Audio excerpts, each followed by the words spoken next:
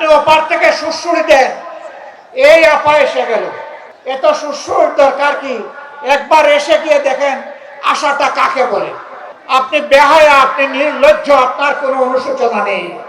আপনি পালিয়েছেন, আপনি অপমানজনক ভাবে পালিয়েছেন।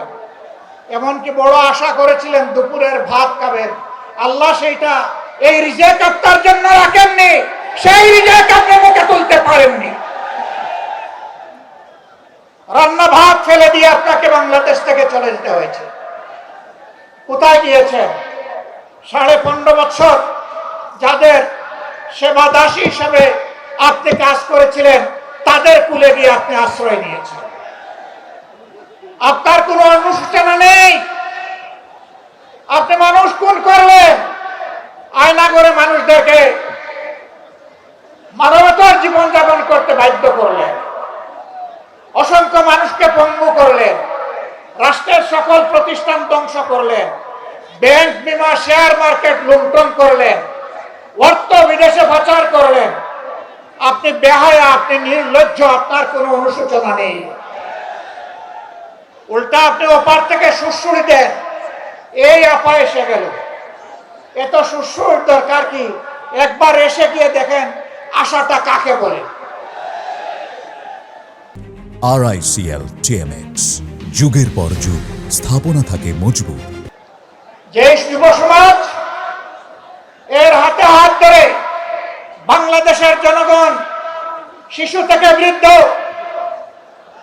জায়া, বোন, মেয়ে, মায়া সবাই দাঁড়িয়ে গিয়েছিল, সেই জাতিকে দমানো যাবে না ইনশাআল্লাহ।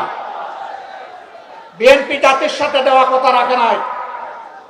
আমরা বিএনপিকে বলছি, দেশ এবং জাতির স্বার্থে আপনারা ভুল করছেন, আপনারা ভুল সংশোধন করে জনগণের কাতারে আসুন, জনরায়কে সম্মান করুন। জনরায়কে সম্মান না করার পরিণতি কি হতে পারে দফায় দফায় দেখার পরেও যদি শিক্ষা না হয়, জীবনেও আপনাদের শিক্ষা হবে না।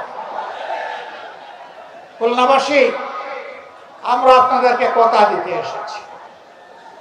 আপনারা যে রায় দিয়েছেন, আমরা সেই রায়টাই আপনাদের কাছে চেয়েছিলাম।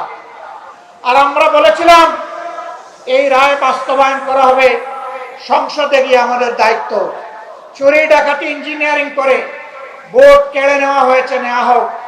আমরা সংসদে যা আছি তাই নিয়ে আমরা সিংহের মতো লড়াই করে যাব ইনশাআল্লাহ। আমরা জানি সহজে কানে পানি ঢুকবে না, তখন সিরিঞ্জ দিয়ে যদি ঢুকাইতে হয় সে পানি আমরা ঢুকাবো।